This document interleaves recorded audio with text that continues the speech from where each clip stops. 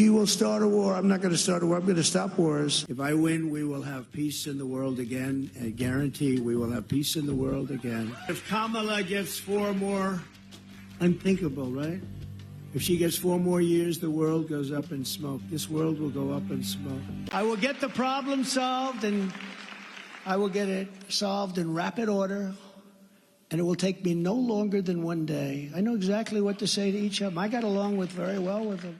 I will prevent, and very easily, World War III, very easily. They said, he will start a war. I'm not going to start a war. I'm going to stop wars.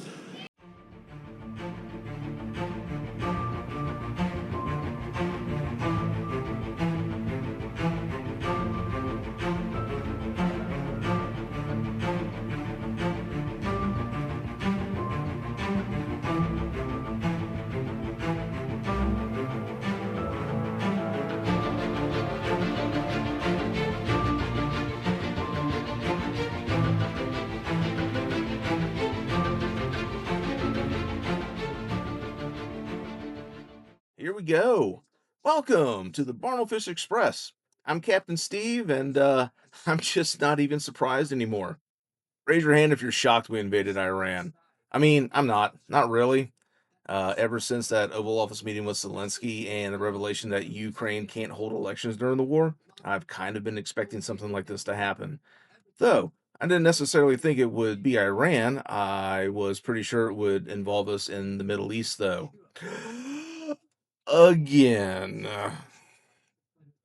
Not that the best and brightest are running our country right now, but I would have hoped that somebody would have learned our lessons since the first regime change in Iran, excuse me, or Desert Storm, or Iraq, or Afghanistan. Operation Enduring Freedom! Hoorah! Not gonna lie, glad he's dead. Glad he is fish turds. Not really happy how long it took us to get there, or the aftermath. Anyways, I'm gonna sit down and I'm gonna eat me some freedom fries while I'm editing this video. We're the 12-day war back in June that was supposed to have crippled their nuclear initiative, which is the reason why Trump justified invading Iran now before they attacked us and are gonna nuke us and blah blah blah and bullshit, etc. ad nauseum. Brr brr brr brr brr brr brr Barnelfish. But no, it doesn't look like that, does it? Well, unless you're looking at it through the lens of using this as an excuse to try and terminate the midterm elections.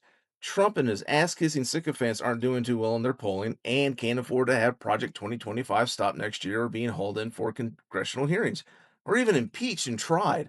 Which, God hoping, I would love to see somebody at some point on either aisle after all the shit has come through to be held accountable for something. Please, for the love of God and baby Jesus and Mary and Cthulhu and what's the one Indian god and like there's a cow or something. I don't know. Just fuck. Somebody. Anyways, that's a bit conspiracy minded, and I digress. I want to address MAGA and Trump voter in general. Are you happy we're here? I mean, is this what you wanted? Like the meme was lower egg prices and cheap gas. Well, egg prices dropped. Of course, they were expensive because of all the fucking avian bird flu going through, but that requires thinking and research. And I'm not gonna lie, I was totally cool with the cheap gas. And well, I just filled up my Broncos, a 32-gallon tank. Not super happy. Anyways, this is where we're at. No new wars. Things are gonna be cheaper. Gonna end wars. It's gonna be great. Gonna make everybody prosperous. Anyways, the Iranian death toll is in the thousands. As of this video, 7 U.S. service members have died so far, and I just read that 150 are wounded or more. This war, excuse me, limited military operation.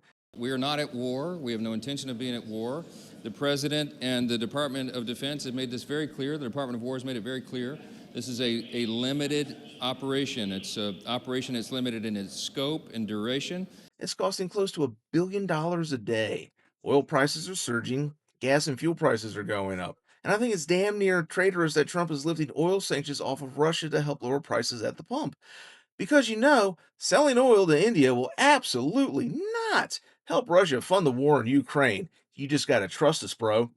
And in an ironic twist, we're asking Zelensky for help in Iran. Like, you have to laugh at that shit. Anyways, I hope someone remembers to tell Zelensky, thank you. On top of that, the newly elected Ayatollah is the son of Khomeini. Can you believe that? Who also just happened to have his family killed in the initial attacks. Oh my God, we are so winning.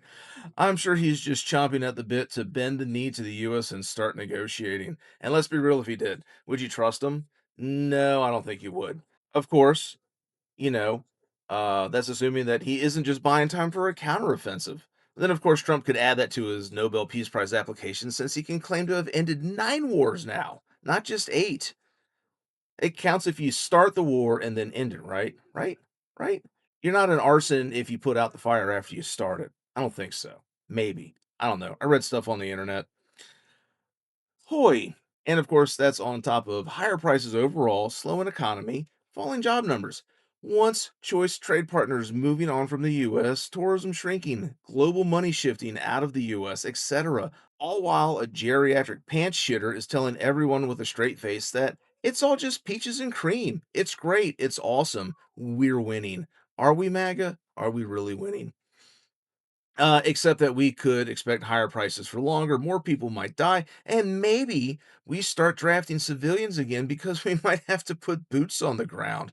Oh my God, what the absolute fuck, MAGA. Anyways, just a little rant and ramble to get this off my chest. For all the commenters calling me a liar like in my last video, I invite you to prove me wrong.